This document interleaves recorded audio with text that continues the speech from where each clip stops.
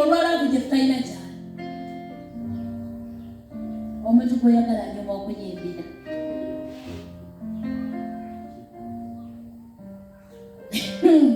Nze ndabye ebikulu. Okusinza kutuuka ne kufuuka mugugu naye bw'obikulirwa Katonda owulira nga bw'otasinza gwafiirwa, bw'otuuka leeti gwafiirwa, bw'otajja mu mirimu gye gw'ofiirwa, owulira nga ojja wendenya, otambulira mu kwendenya. Mukama I'm so sorry, I've disappointed you. Owulira oyogera naye ng'akuwulira naawe muntu ku muntu. Ebiramu ebina ebimusinza ne bimwebaza. Kakati abakadde 24 be bagenda okugalizawo nabo. Abakadde 24 Bayibuli egambye. Nane bwe njogera abakadde 24 si be bano ffe Katonda abamuteebereza obuki. Bamulaba n'amaaso ate basenkulu kubanga be bamwetooloola oba obadde tomanyi. Eri muggulu be bakola batya?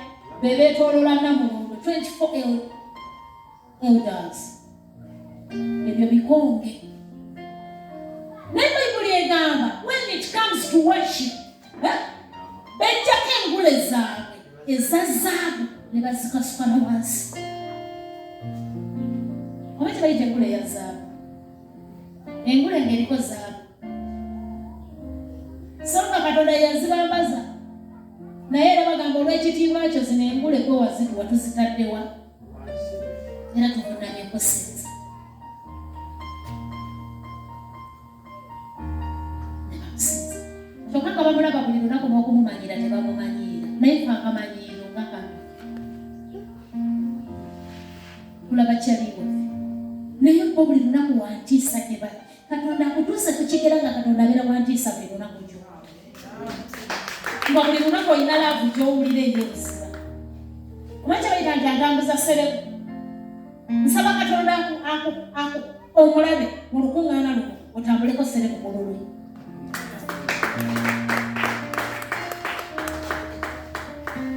Owulira ng'omutima yagutwala.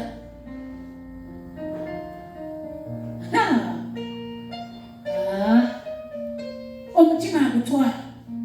Ojja kuwulira nga bannange Mukama si waabulafuubanirako. Abakadde 24 bajjako engule zaabwe zezabwe ne baziteeka wansi. N'amugamba nti osaanidde. Bwe yaliwo w'oli ate ojja kubeerawo. Who was is yaliwo wali era alibeerawo. Ekyo mulokole n'okimanyi owummula omutima. Omanya nti Katonda yaliwo nga wakazaalibwa Katonda zaalibwa n'abeerawo ng'okula era bw'ali ku lulo